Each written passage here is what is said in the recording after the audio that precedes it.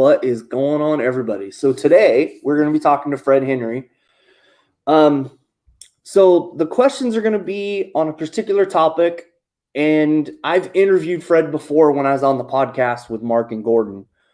So there's going to be, I'm not going to cover any of that because we've already done that. So this is just kind of an update, and I want to learn how to do the one thing he just did on his channel last couple months. So here's Fred. Oh, what is going on now? Computer fails me. Oh, Lord. What's going on, Fred? What's happening, Josh? Not a lot. Just, How are you today? just enjoying, weekend. I got my first COVID shot Saturday. So. Oh, wow. How did that treat you? I didn't want to get up today. I'm not going to lie. But other than that, it's been okay. It hit my wife harder than it has hit me. Really? Yeah. I've been hearing a lot of people, I've heard good and bad. Some guys I work with. One guy got his a couple of weeks ago, and he no problems. He said he was just a little bit sore.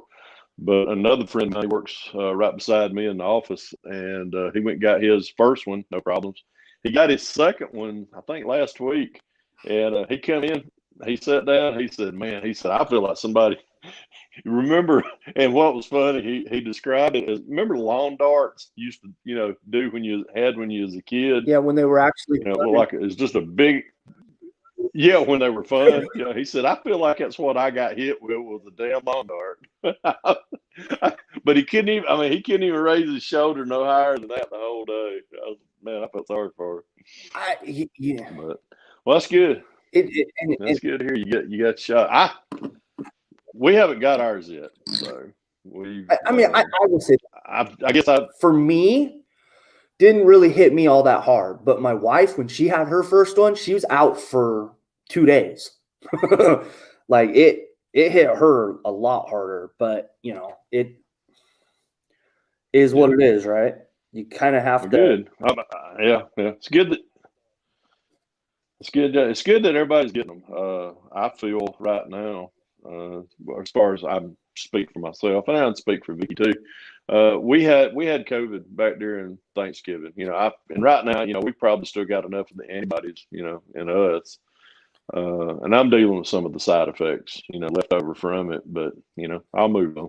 But we hadn't got it yet. I think we're about 2 to 3 weeks out of taking off and heading down to Florida for a week, and I don't care to go to Florida and feel like crap. So we're kind of waiting to to get ours.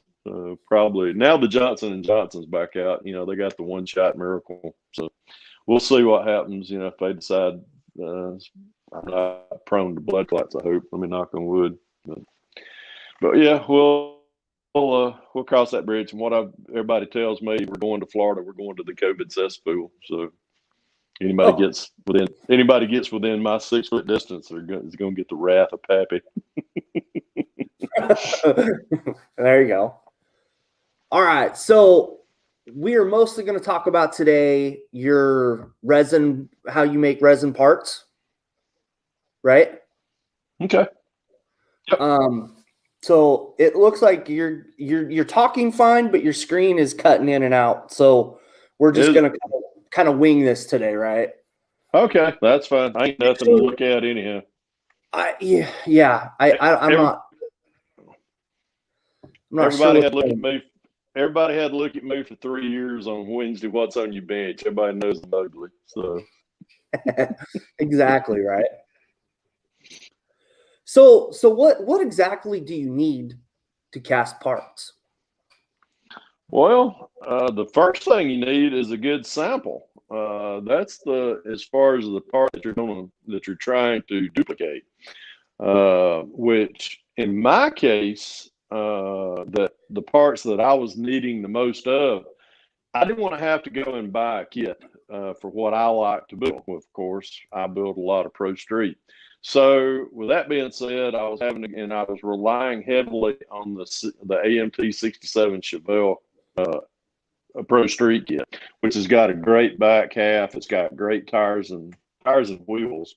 You know, that when you buy a 25, depending on where you're buying it at, $25 to $30 kit each time just for those parts there, you end up with a lot of excess as far as, you get extra bodies and things like that out there in your stash. And that's what I've had to, I've accumulated.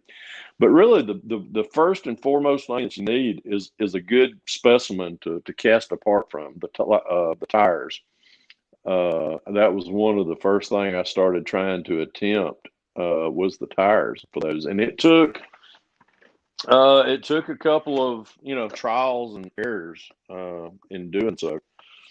But once I attempted the first mold that I attempted with the tire, I mean, it's a process. You look at a tire. Let me turn around here and grab one right quick. I got one on the bench. It's actually one that I'm fixing, going to use. But that tire right there, let me get it kind of in center. That tire right there, that is one of the Pro Street tires out of the AMT kit. It's got great tread on it. It's got you can read the Mickey Thompson across it right here. And it's just a great tire. But you think that, you're trying to duplicate that right there. You just, pour a mold and you're ready. It's a process. You have to actually make half of it. You do a half, and then you let it. And what you're using as far as the resin, I'm sorry, not resin, but the silicone. This is what I use right here, which is the high strength number 3 Alumilite. And this, Is that the one from Hobby Lobby? Stuff up.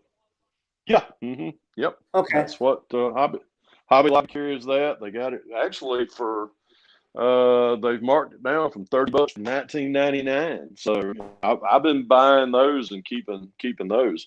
And there's, that's what a mold ends up looking like. And as you can see, there you go. Let me see if I can get it centered up. This is what you're making. You're making one half of the mold, or one half of the tire. And if you look in there, that's like I say, you're doing that. And then what's the little nipples that are sticking up right there are they're to align with. And you have to cut you a porthole. And I didn't say porthole. I'm an old sailor, but it's a porthole. And what that does, once you just take rubber bands and you wrap your rubber bands around it. And once you get that done, you take the Alumilite. Let me get that turned around here. These are the products that you can buy at Hobby Lobby. Boy, I'll tell you what, I wish Hobby Lobby would give me but this is the Alumilite RS3. You got a part A and a part B. You mix these 1-to-1 for whatever you're attempting to pour. But this is based upon, once you get a good, you make yourself a good mold, and then you just pour that down in there. This stuff cures in 2 minutes. So as soon as you pour it in there, you better be ready for it to start working, because it's going to cure real quick. And then once I usually let it set up for about 30 minutes, and then once I do that, pop the rubber bands off, pull it apart, and bam, you got you a Pro Street tire. But it took a lot of trial and error. And this is, let me see if my mama's probably saying, Fred, quit slouching. These are some of the things that I have. This is just a box of molds that I've made of different tires, different wheels, carburetors. This is an engine.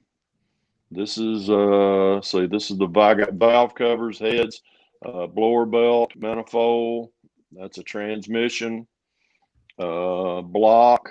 There's this. It's it's not limited to what what you can make with this. But like I said, the first thing you got to have some good specimens. So if you find a kit out there that you've got a good, you've got a good engine in it, take it, before you build that engine, take it apart, look at it, and see what it would take to cast an engine. Which I have, I've got, as you can tell, a limited supply of engines, wheels, tires now, which I like. Anybody that watches my channel knows I love building Pro Street, and I've got just various engines. If it comes out of West Georgia Rods and Custom, it's going to have a big block in it. So anything from a 396 all the way up to the big 572 engines, I've got them here on this board, and it's going to get built. Well, any of my builds get built with that. So. No, that's really cool, dude. So the Alumilite, is that what you're making the molds with, or is that what you casting the parts with? You're making the mold out of the Alumilite. About all of it's from Alumilite. This product right here, the high strength number 3, that's the mold. That's what you make. It's a silicone. It's very, very, very pliable. This and then the stuff that I showed you here in the bottle. I don't want to start getting these two confused here. So let me set the Mountain Dew down. But the A and the B side is Alumilite as well, and this is the resin. This is what you'll actually you'll fabricate the part out of. Oh, okay. That's why that sounded confusing. Okay. So was the other 2 bottles at Hobby Lobby too, or did you have to buy them somewhere else? No, you can find these. These 2 right here at Hobby Lobby. They're down there on the bottom shelf, right below where any Hobby Lobby I've ever went. Okay. To that, always keep them on the shelf. You must know Jeff. Another company. Let's see. Put the Dew down. Yeah, I know, Ferret Boy. He knows of me. We have crossed paths. We have been to many a Waffle House. Long story. Oh me, when I listen to Fred talk, y'all. Yes, I am very country and proud of it. So that's funny. No, Jeff and I go back a long way. I tell you, me and Jeff, a lot of YouTubers out there. I got a great camaraderie with a lot of the YouTube guys out there. Yeah, I mean it's you see the people commenting on some of your videos, and it's pretty the who's who of the modeling community, right? I would say who's who, yeah, and what's what. You know what I mean? No, it's a great bunch of guys, man. I tell you, I couldn't ask for a better group. I feel like they, when I first joined YouTube, I can't even begin to tell you when, probably 5 or 6 years ago.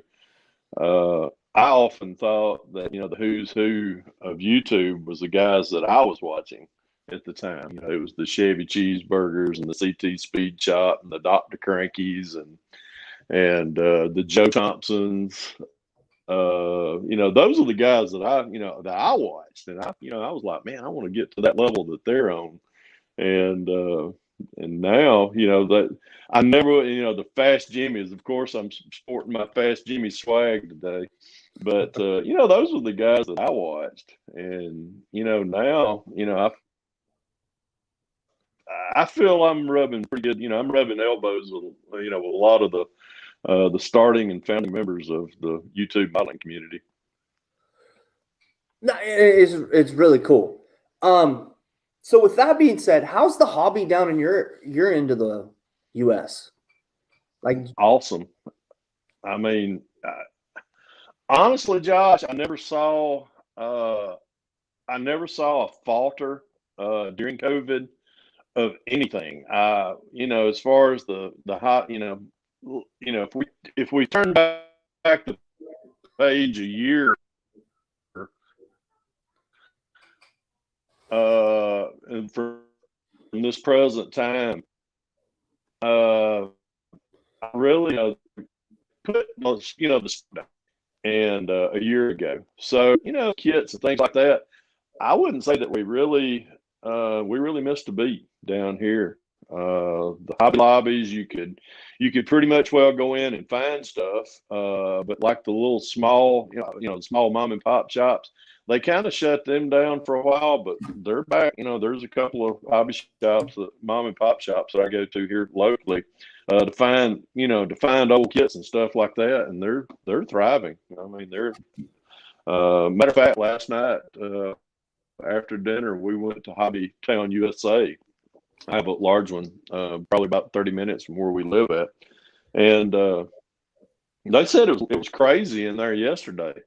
But like I say, a year ago to this date, they were doing a lot of, you would order stuff, and if you wanted to go and pick it up, they'd walk it out to you at the car, and it was go like that.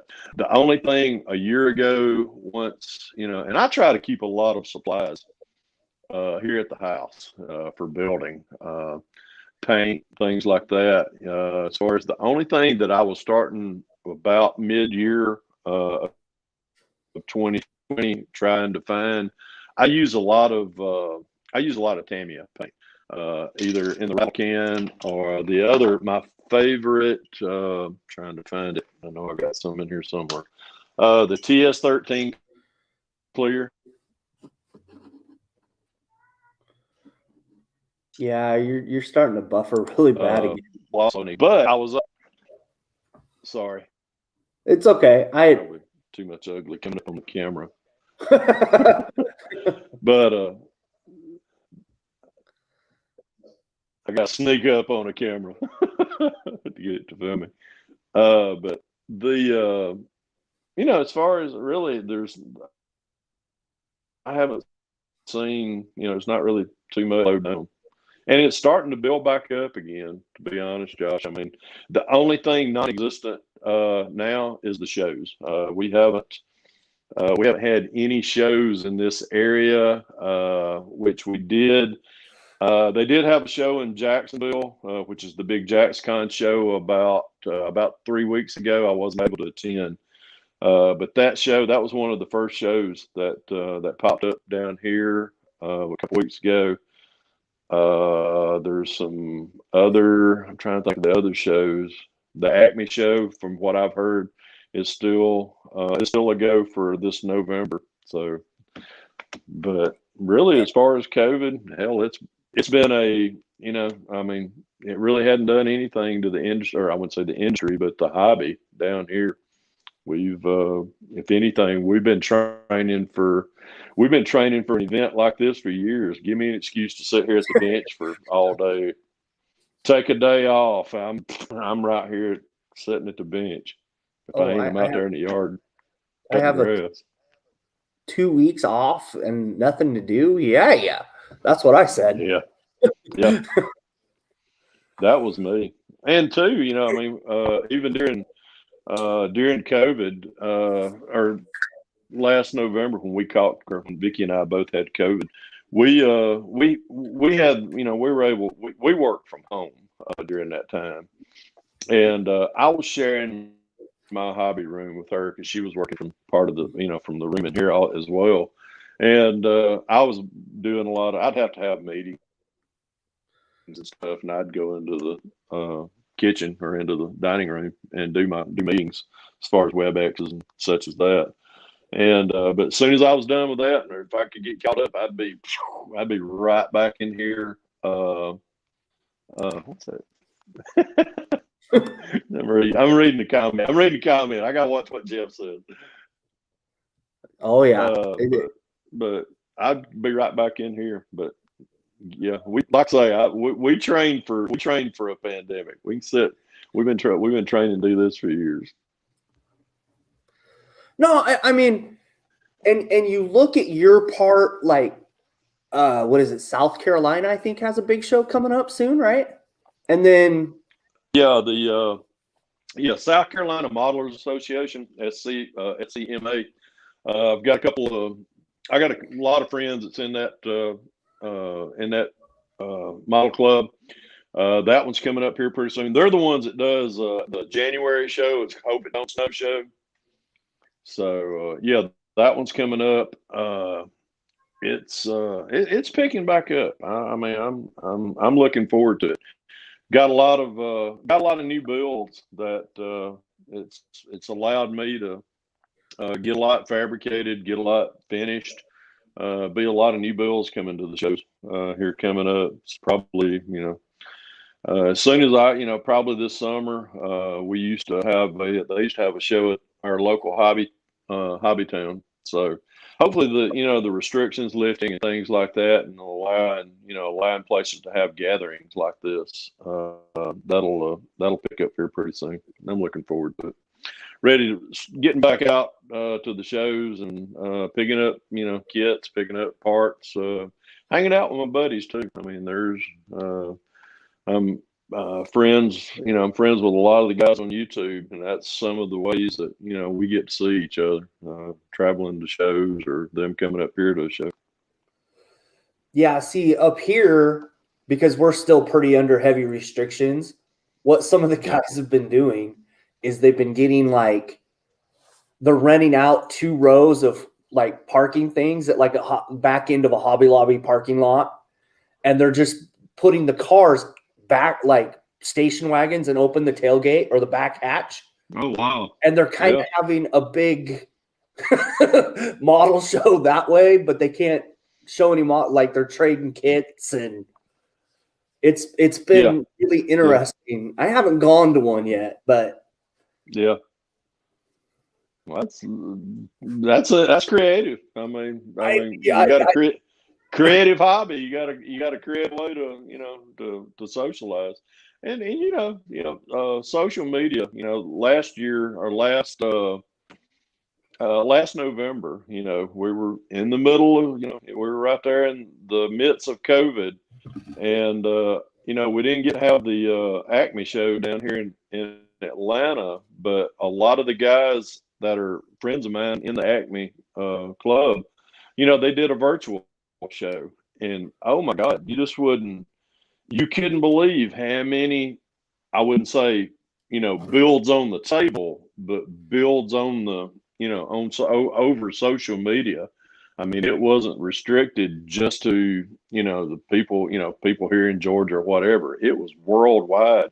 And to see the scale of folks that was able to attend, I talked to people that, oh gosh, I'd like to come to the Acme show. Well, they were finally able to attend it, and they, even though it was virtual, but it's looking forward. It's just looking forward to that. But people adapt, and they go, yeah, okay, well, how can we do this? Well, we can, we'll back our, like you said, fill up the back of your car and back it up and show what you got.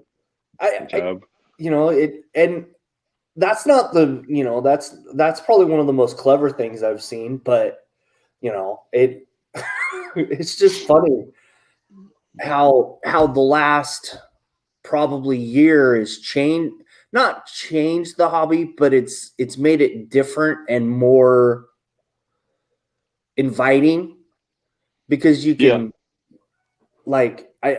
I know there's a bunch of manufacturers that were saying this has been one of their best years in probably 10. I agree. I mean, excuse me, of course, everybody, if you follow the industry, like we do, Revell, I thought, well, Revell's out of business now. That hobby's going to go down. No, Revell, Germany, they picked up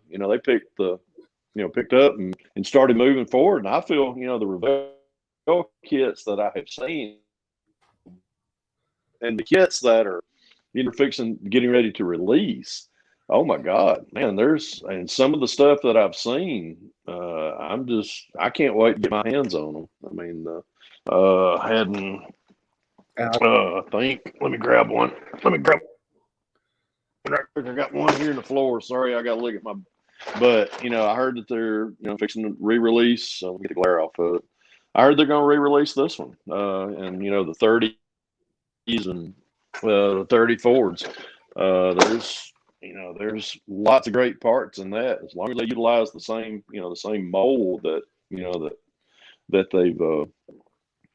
they've used. But there's lots of parts in there that I use in a lot of my builds. Matter of fact, this 37 Ford pickup that I'm building, I incorporated the frame using on it. So, but yeah, I got a few kits here on the floor. Just a lot of ideas. That's another thing with COVID. It kind of allowed me to kind of rejuvenate, as far as things that I can build. I got a commission bill sitting on the table right now for things, but I got the 37 Ford pickup, that's one for my own collection. I've got a 55 Chevy, the new release. Let's see if I can let me grab it real quick. I got just picked this one up from Hobby Lobby. This is the 55 Chevy. One of my friends on YouTube, Dylan NYS Modeling, he hosts the Pro Street Build each year. This is the 4th year that he's hosted it. I always like to jump in on it. And I'm going to be building Scott Sullivan's 55 Chevy Pro Street. It's called Cheese Whiz. It's an orange. So I'll be building that one. It's a lot, like I say, it's just really helped rejuvenate the, thinking process of what to build. I got kind of on my Facebook. I ventured off into Facebook during COVID, and I got a lot of friends that I'm friends with on Facebook. I mean on YouTube, and we've got a matter of fact, Jeff's probably going to chime in here. It's called the Glorious Bastards Modeling Club. But what it is, it's a chat group that that a bunch of us, it's Jeff and it's just a bunch of guys that I talk with that we on a daily basis, and we just bounce ideas off each other. And I was telling them the other day about some things that I coming down the pipeline, and this is one of them right here. Dude, I love that kit. Pick this kit up. This is an awesome kit. Yeah. And when I seen it at the show, I was like, please let it be a complete kit. And I opened it up. It wasn't wrapped up or anything. The box has seen its days, but I opened it up. Everything was sealed. The decals are still good. But I found and this was one of the things that we were bouncing ideas back off of each other about. There's a Pro Street, a 1-to-1 scale Pro Street car. That's a 69 Camaro convertible. It's got a 427 in it. It's got a big blower. Got the tubs in it. It's got a orange roll bar.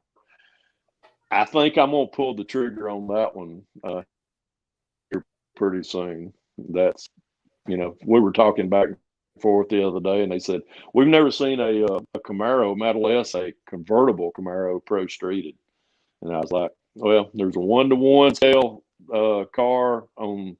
I think I seen it on Pinterest, and I took a picture of it. I shot it to them, and they're like, hey, pull the trigger, do it. And I'm like, so that one's sitting in here along with the 55 Chevy. So I may, when I get this commission bill off the bench and possibly maybe get this 37 Ford pickup finished, I'll start on these two. my bench will only allow for 2 at a time. I don't have the. I've got the build station right here with all my paint and stuff, but I've got what my camera's sitting on right now is another desk, and that's usually where I do my photos. I've got 2 monitors sitting up right there, computer.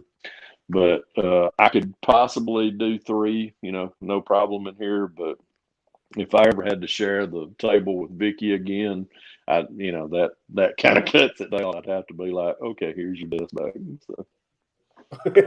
No, I mean, everybody understands that. You just, and the cool part about a lot of this hobby is you can adjust and be still moving in a positive direction.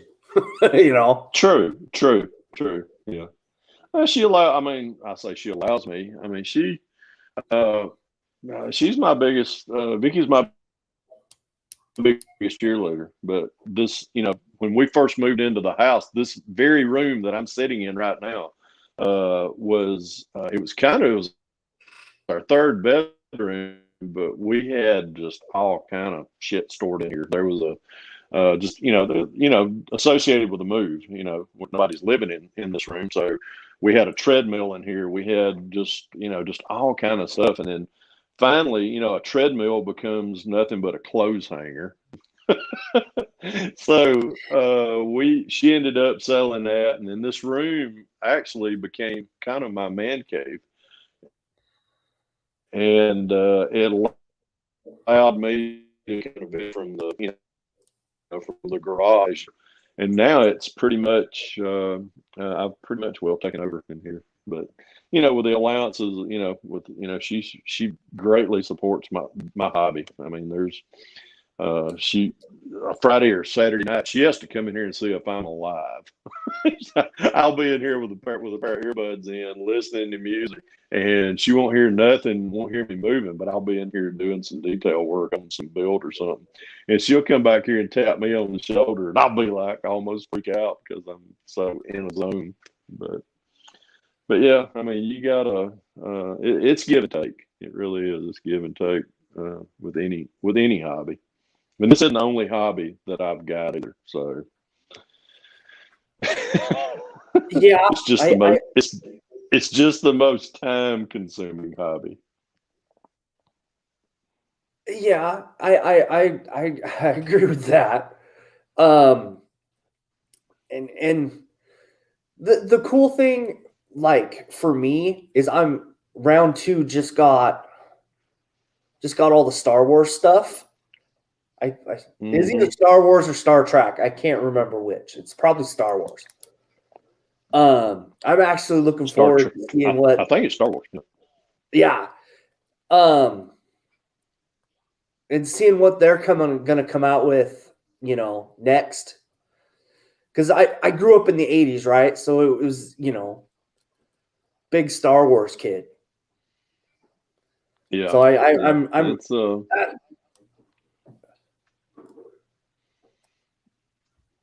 you still there?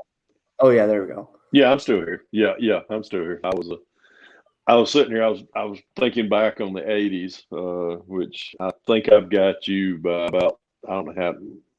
I ain't even going. What are when you said you were growing up in the '80s? Let me put it that way. I was in the '80s.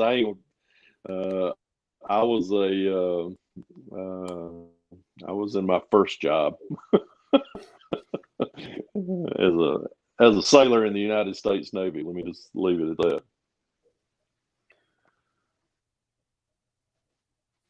Who the heck is that? I was getting a love of my true hobby. I wouldn't say my true hobby. This is my true hobby.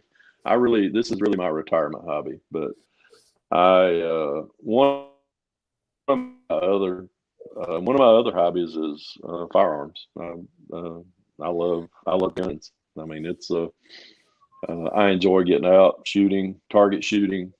Just really, I've been passionate about guns ever since I was about 7 years old. So yes, I am a very I'm a big Second Amendment rights person. So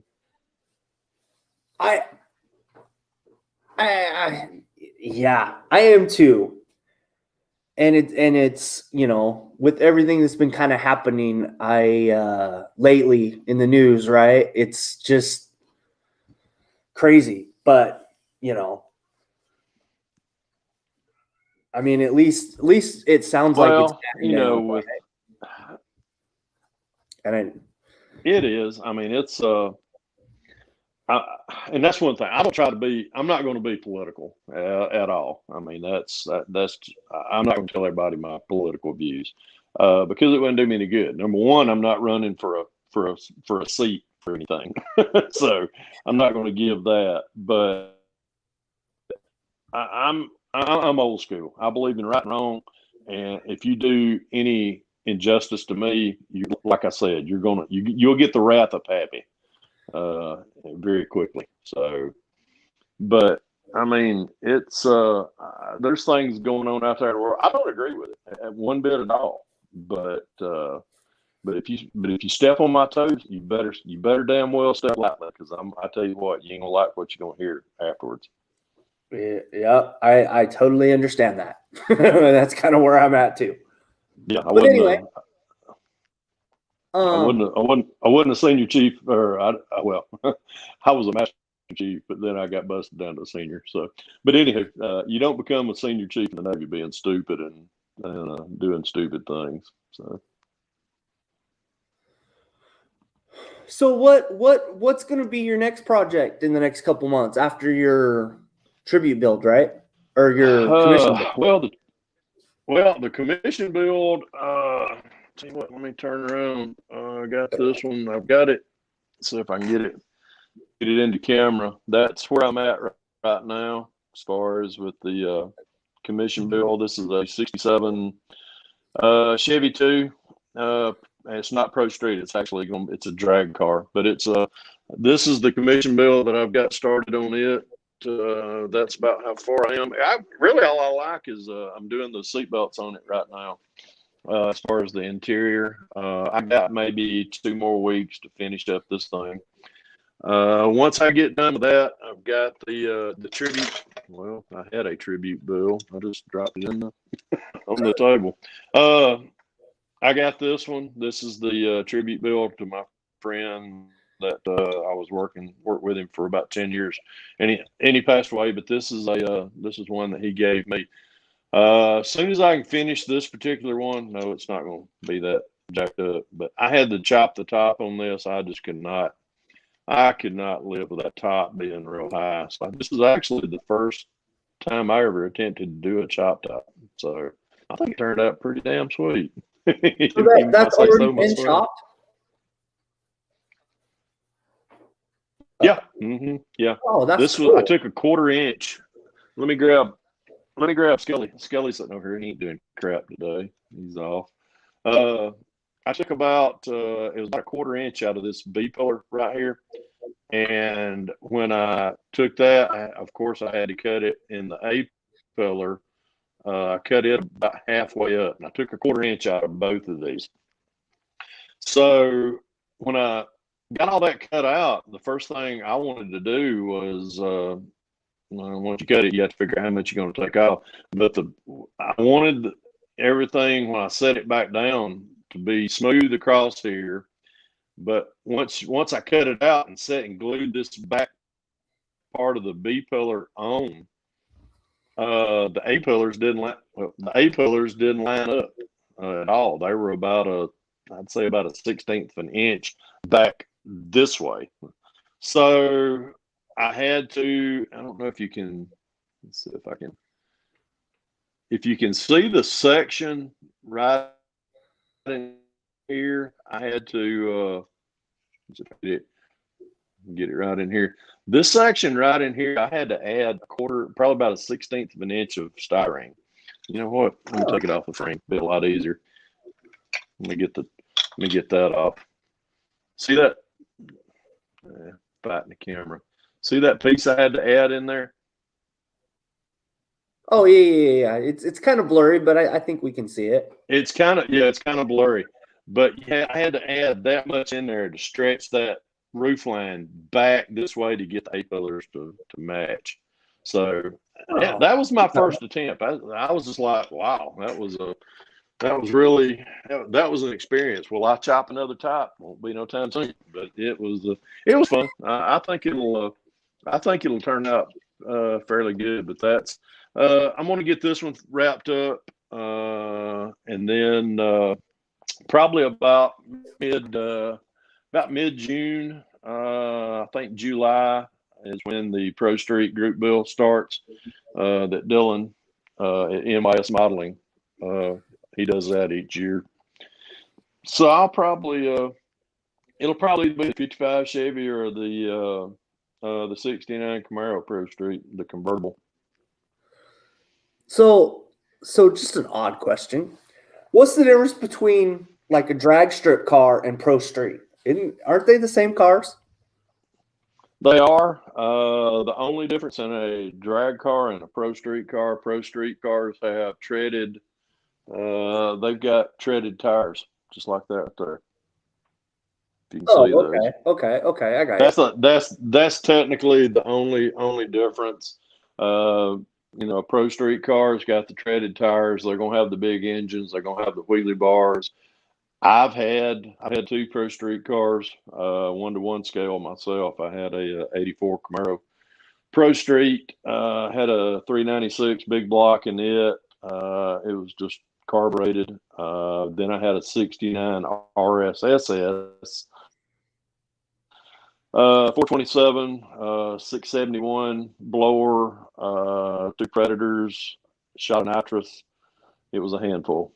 So we've both of them are street legal also. But really, that's pretty much well it. You can buy. A lot of guys will find old drag cars that's been they'll turn them into Pro Street cars. But they got they're just I guess I still got hot rod in my veins. Do I want to build another 1-to-1? I'd do it in a minute. Do I have the funds to do it? No, that's my retirement. When you build a 1-to-1 Pro Street car, you're looking. I mean, it's. You're being summoned. That's the boy. It's all right. But when you build a 1-to-1 Pro Street car, I mean, there's a, how fast do you want to go with dollar signs on the end of it? Because you can sink anywhere from, $10,000 in a car to $100,000. So. Do I want to do that again? No. I had my '69 RSSS that I had over $50,000 in it, and it was. If I was to go to Vicky right now and say I'm gonna sink $50,000 in a Pro Street car, she'd look at me and say, "Pack your shit."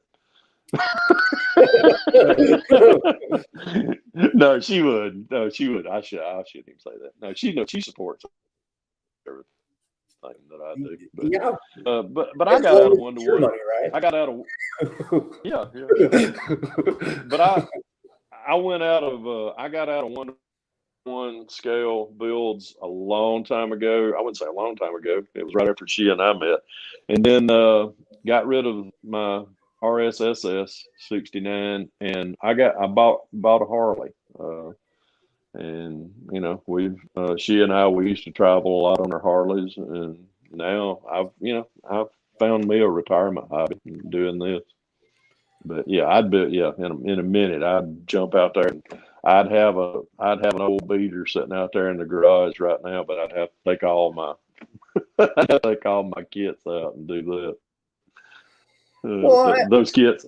The way I look at it, Josh, I can build anything that I want to, drive in, ride in, and I can build it right. I can build it right here on this table and get just as much satisfaction out of it. Minus, I don't have the gas I have to pay for. I don't have the insurance I got to pay for, and probably I'm sure I'm going to get a laying. I'll probably get get a ticket for laying drag. So, saving a lot of money in the long run.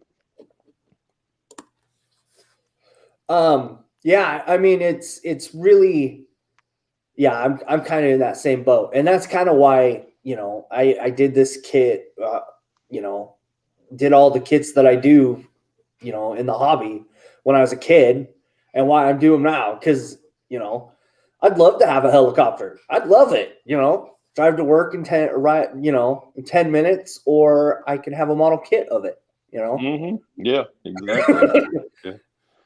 Yeah. I've done plenty of. I'm delving off into some. I build mostly cars. But I do dioramas, military dioramas, which are really just flashbacks out of my mind of being in the teams. That I've been doing here lately. I've got some planes around here. I got my stash. You go out there and look, and it's probably 98% cars and trucks. But there's a few. There's some figures. There's some aircraft. There's some ships out there. So. And that's we were talking the other day on our little modeling chat or modeling club that we got. We were talking about some of us not if we didn't build cars or trucks, what would we build? And some of them build aircraft, some of them build cars. But one of the things that I've got out in my stash right now is a Revell edition of the USS Enterprise. And that was my first ship that I was stationed on when I went into the Navy, was the Big E. So that was I want to build that one day and actually build it, and it's actually got the ships on. I mean, it's got the planes that was on as far as the period correct for the time when I was on the Enterprise. So it's got the A7s. It's got I think the A7s and the I can't remember what else that kit had in it, but I remember being a young sailor on board that ship. So it's got a little bit of sentimental value to me, being able to build something that I lived on for a while. No, I mean, yeah, and that's some of the military stuff that I did that. My dad got that flying saucer thing I was doing on my channel for a while. So I had to do that for him. And there's, he wants me to do the B-52 bomber because that's what he worked on. Oh, wow. I worked on in Vietnam, I think. I think they were first introducing those planes then. Yep. Not really sure, but he wants me to do one of those for his garage. And then, so military, I've and the worst part is it's the big monogram box, the Peacemaker, so it won't fit on this table, and I have a 52 by 52 table. So you gotta have the spot to do that one then. Yeah. But there's a lot of things that I want to build as far as it just ain't related to cars. I mean, I see guys that do they do figures and busts and things like that. I mean, I look at that and I just I watch Gilbert when he's doing when Gilbert's doing a one of his. I'm just like, I'm in awe. I'm just like, God, man. I look at artists. It's artistry. Gilbert. He is an artist with airbrush. Oh my God. I mean, and for him to do that, and I look at as far as the cars and the trucks, that's art to me. I mean, I love I love old vehicles. And what I see is, what I've seen is, the things that I try to, the things that I try to copy, in a lot of my builds. And just like, I was talking a while ago about, I don't build a lot. I build a little vignettes is what I like building. And the two, anybody that, if you followed my channel for a while, I built two vignettes of little small, oh my God, I don't even know what scale they are, but they're, they're very tiny. But it was a SEAL team entry on a beach, and I did another one of a SEAL team, or actually two Navy SEALs going across the jungle. And, where did I get that idea? I got it out of here. The Navy SEAL entry team is, that's, something that I envisioned myself, because, something that I did, the two SEALs walking across, through a jungle. That's things that, it's envisioned in my head, the actual events that I have, that I did as a young Navy sailor. So, and, it helps, it helps with, it's, I have PTSD, and it helps. That helps. It helps with the depression. There's people out there that I talk to on a daily basis that I've helped get into the hobby that helps them with either with depression or with PTSD.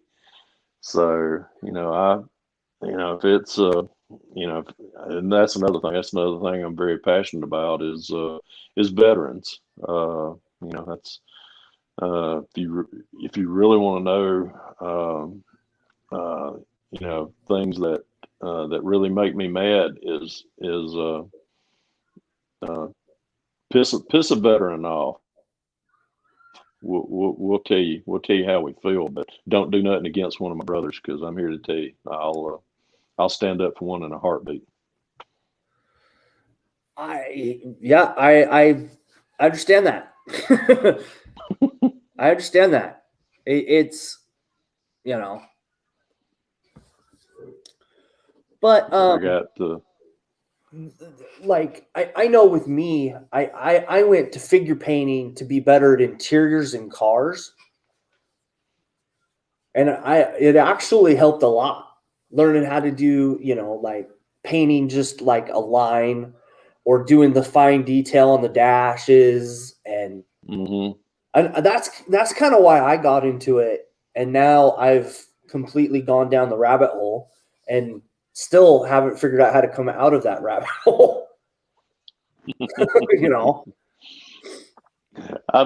I go down, Josh. I go down that rabbit hole, and I don't come out either. I'm usually, until I've soaked up, something and figured out a way or a process of how something's done. That's when I come up and go, oh gosh, I figured it out. And I'd go to a show and I'd see an interior, of somebody's build, and I go, God, how did he do that? And then, what was the process?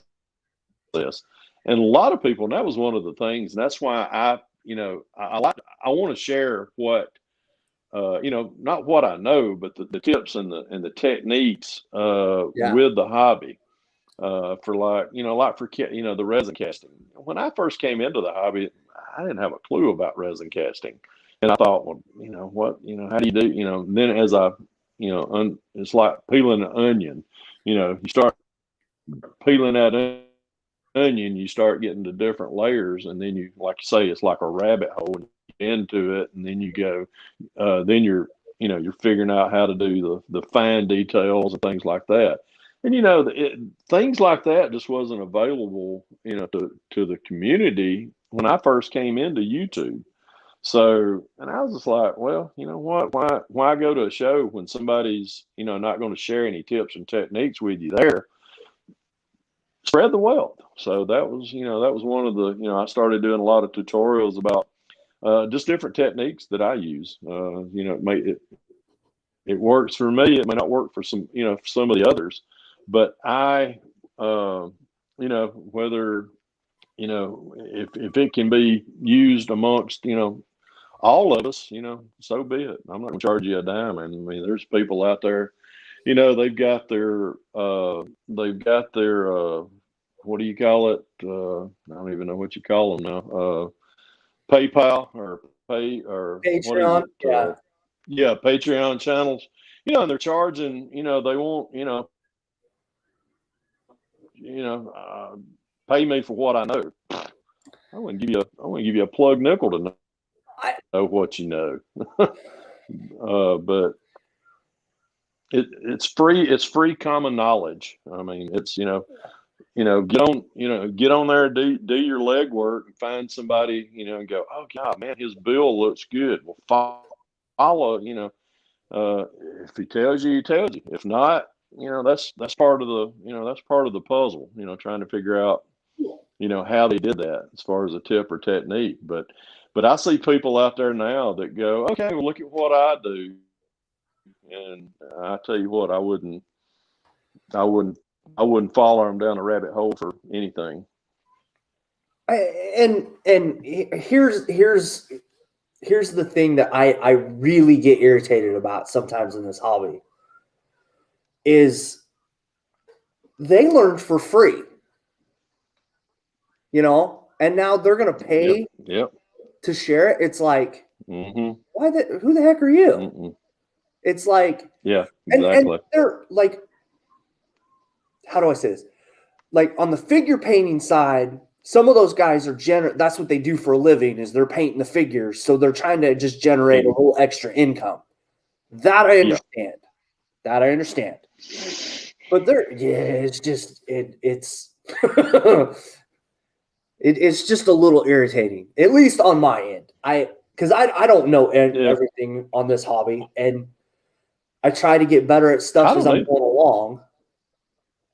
Yeah, I never claim. I don't even claim. I don't claim that I know everything. I've been building, for a long time. I mean, I've been building. I can remember I couldn't tell you the first kit that I ever built, and I was probably, I'm gonna say I might have been at the age of 7. Probably, and I'm sure it turned out it was probably a glue bomb. It probably led to the death of a M80 firecracker. Probably. I'm sure probably. It died Come on some now. kind of a Come on now. violent death. But I've been, let's see, that was what, I'm 58 years old now, so 7 years old, okay, well, I've been doing this for 50 years. Well, on and off, not, I ain't been doing it for a continuous 58 or 57 years or 50 years for all that matters. But, I mean, I learn something new every time I sit down at this bench. Yeah. And if I can share it with someone, I'm going to, because that's we got social media now. And when I was a kid who said social media to me at 7 years old, I just looked at you and went, what's that? I mean, social media was a set of encyclopedias that my mom and dad bought, that as far as, knowledge. So, but now, I mean, kids have got, they've got the finger. If I can sit down, I feel like I'm a walking encyclopedia. I'll share my information with you free of charge. I'm not going to charge you one dime.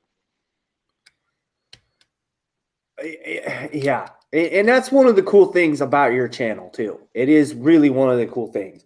Like when you sit down and when you did the exhaust, how you build those custom exhaust. That was like I had to rewind that like 3 or 4 times. Just because I always miss something.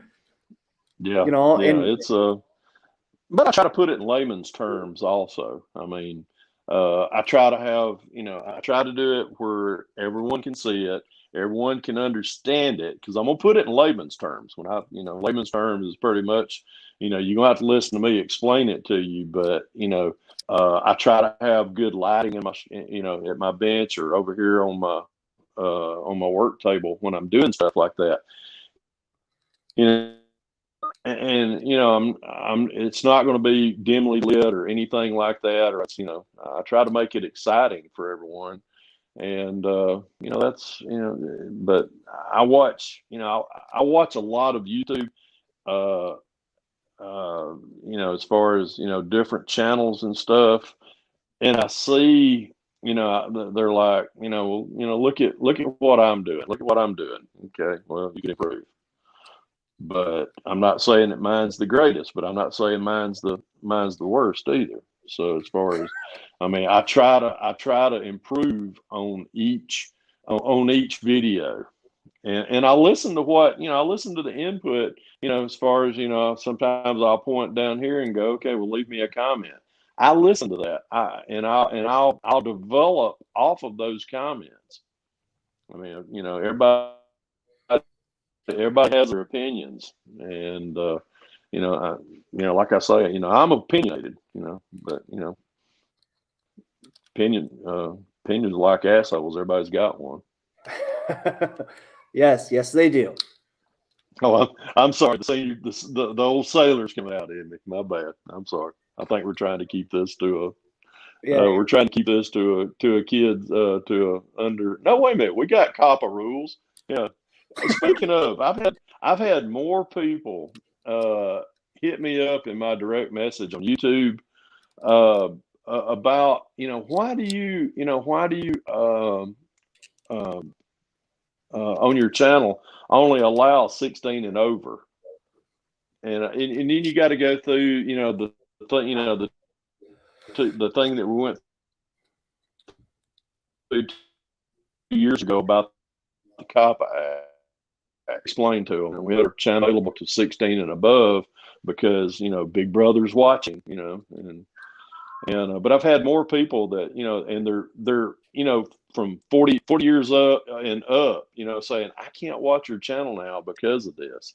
But it's just you have to tell folks, well, you got to go to your YouTube settings and you've got to change your settings in order to watch what product as far as what product that I put out. As far as that, and a lot of people, they're totally compliant with it, but it is what it is because Big Brother's watching. I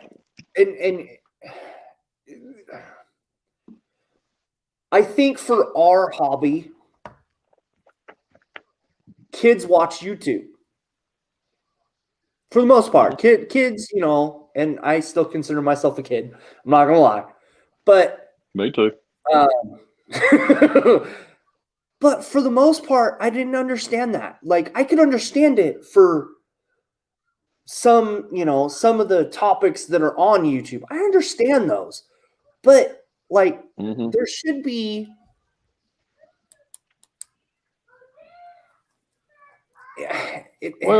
Well, and YouTube,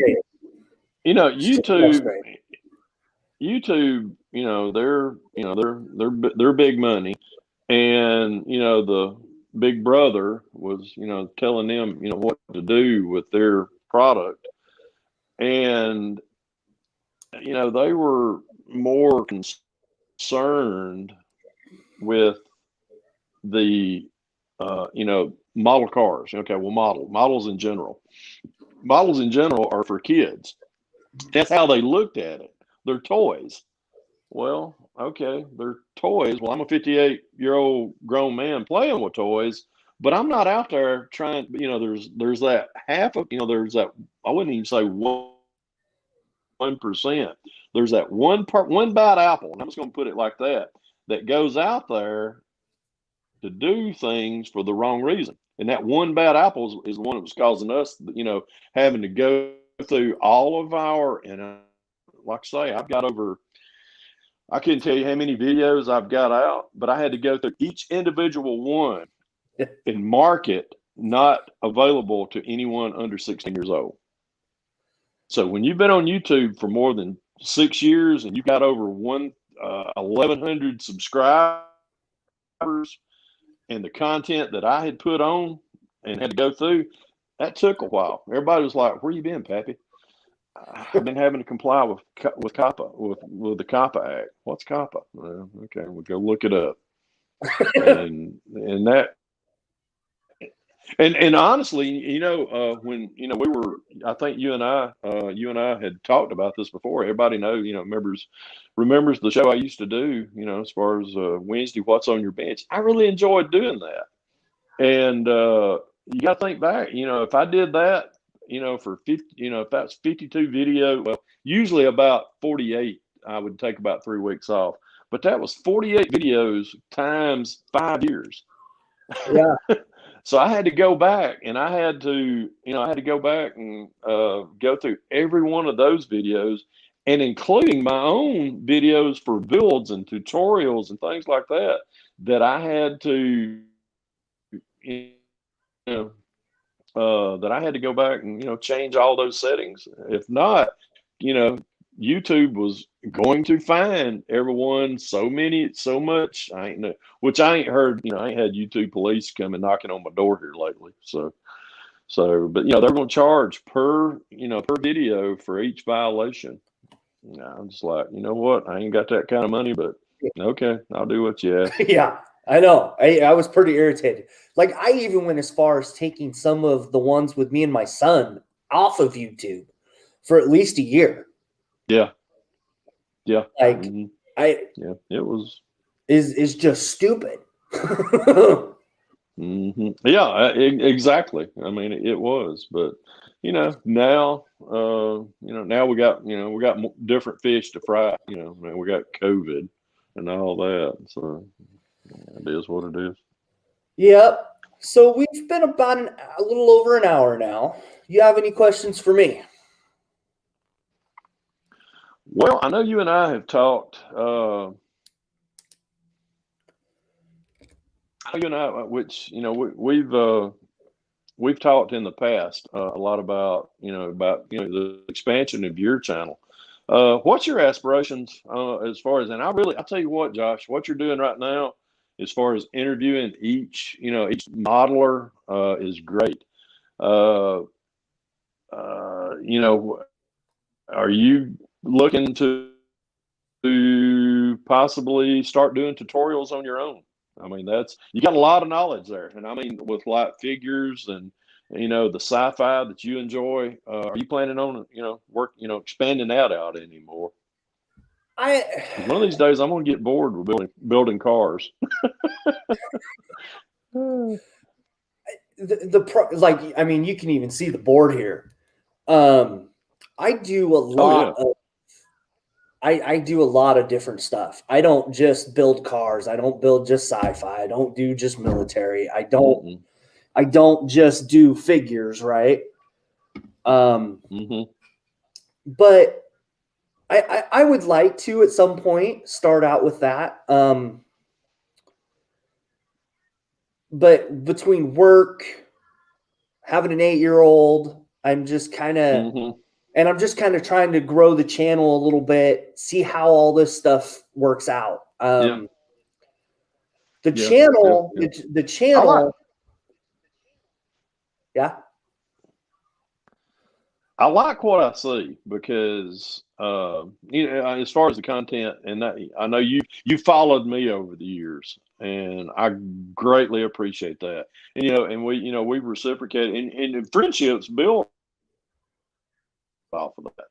And I mean, you've got you've delved off into the into the resin printing, as well as the monofilament type printing, and there needs to be available content out there from people that we're used to, like yourself, myself, and that's another, and I'm thinking about pulling the trigger on resin printing myself here pretty soon. But there, in your, it'd be great to see, what, there's an old saying that I've got, for every success, there is tons of mistakes. Yeah. So with that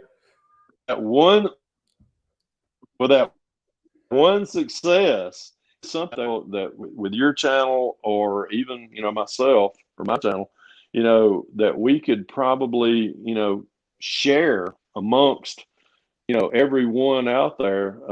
Don't do as I say, do as I do, and that there's. I'm sure there's things we were talking earlier before before we got started about how this the monofilament type printers versus the resin printers, there's good ones, there's bad ones, and there's questions that I have, and I'm sure there's people out there in the community that have the same questions. So that's I feel that's something you could share jointly with everyone, and I'm excited, and I love on Sundays I like getting here at the bench, and I like seeing who you got on, and I've seen. You had Andrew last weekend, which he's a hoot.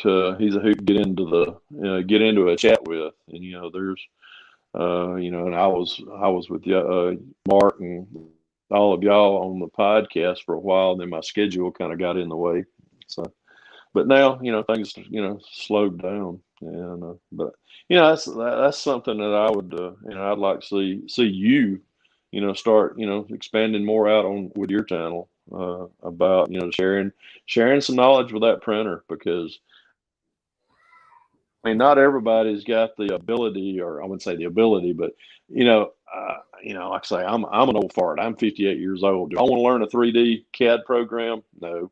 But if I could, go to Josh Risdom's channel and pull up, well, here's the problem with, let's say, an Anycubic an Anycubic printer, or or a monofilament printer. I could go to that instead of having to call up tech support and go, oh, thank you for calling Anycubic.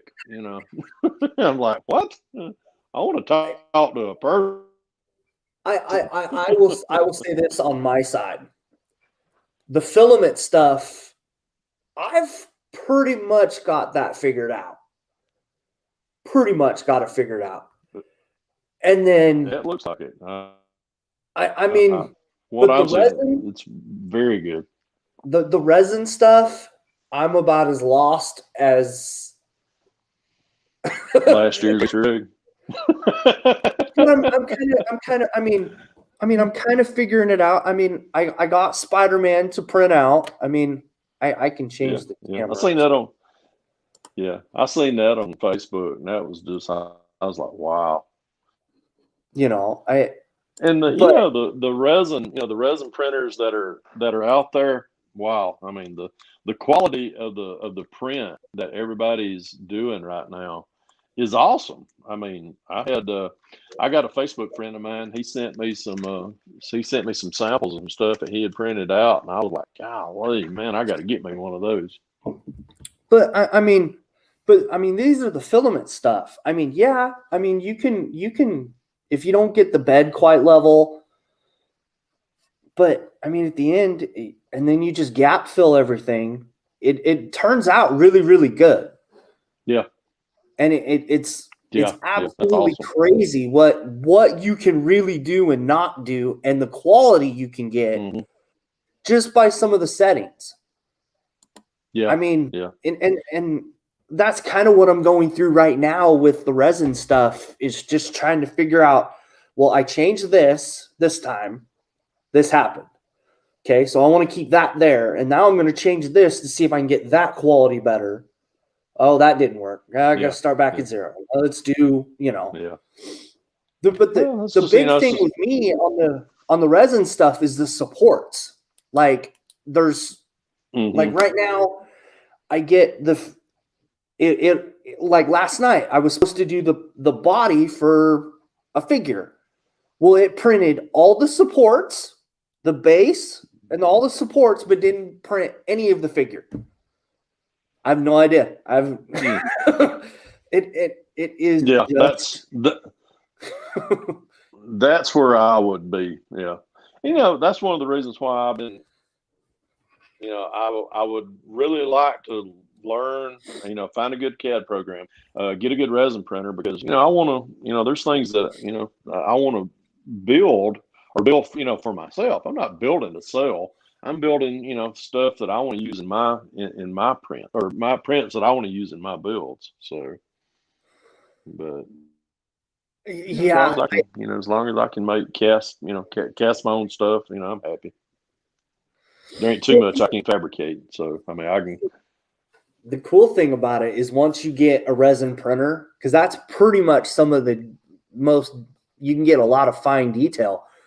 Then you just cast all that stuff. I mean, that's basically Yeah, what that's 3D the. printing was Mhm. meant for, was the Yeah. prototype. Mhm. And then you go from Yeah. there. And Yeah. you can go online and you can find some pretty detailed engines. Oh yeah, yeah. I know Ron Olson. He's selling some of his files on. Not some of them. I mean, I think what he's done now is that's all he's doing is still selling his prints. He's selling the files to everyone, and that's just awesome. I mean,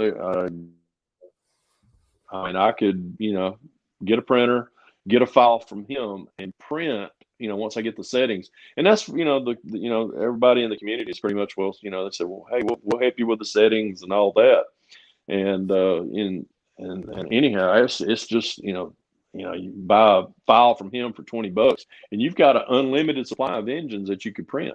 I mean, the quality of some of these prints that I've seen is like phenomenal. I was like, wow, that's some cool stuff. Can I get that detail in casting? Yeah, but Hey I can Fred, get I'll be about right back. 90, probably 95%. Okay, I gotta go see what my okay, son's up to. I don't like that noise. okay, okay. See who all's in here. I ain't seen nobody. I probably bored everybody to death.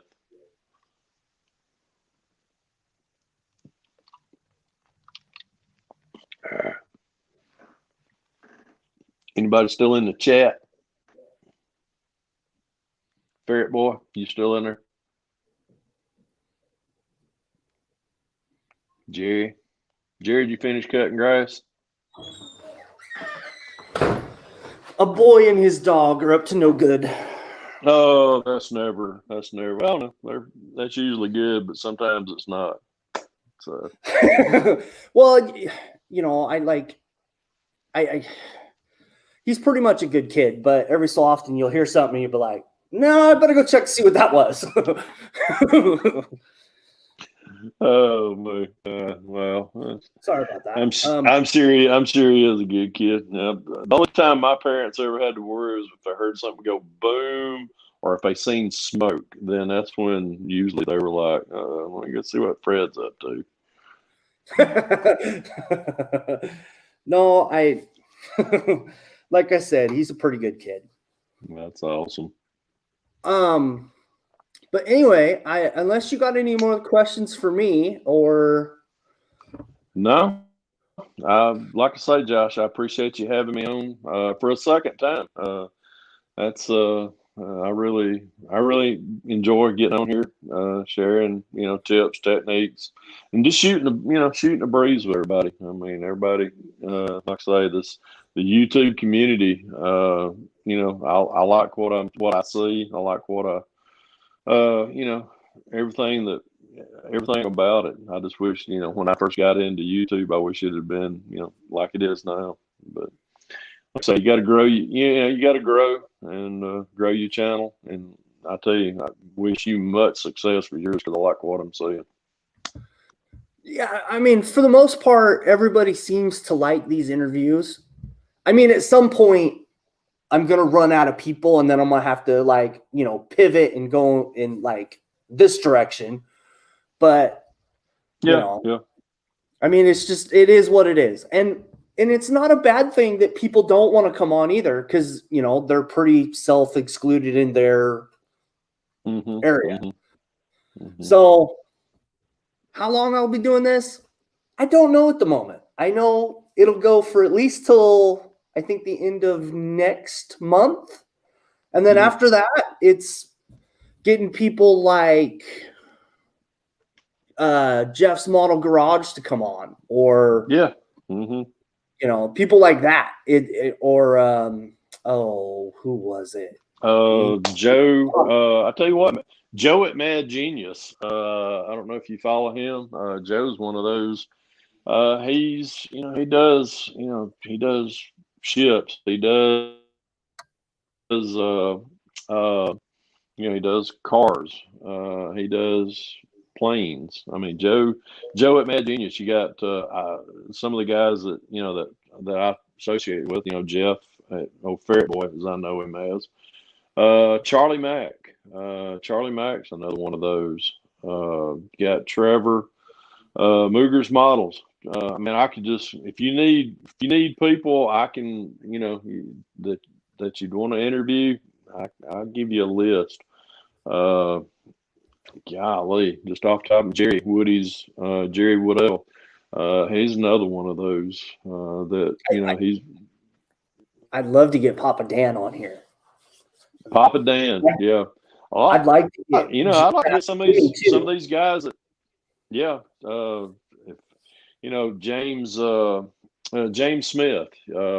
Trying to think what his Trucks Customs. He was one of those that I used to watch. I run into James at shows every now and then. So, there's a lot of guys I'd like to see come back. I wish Chip Chevy Cheeseburger. I wish he'd get back to building.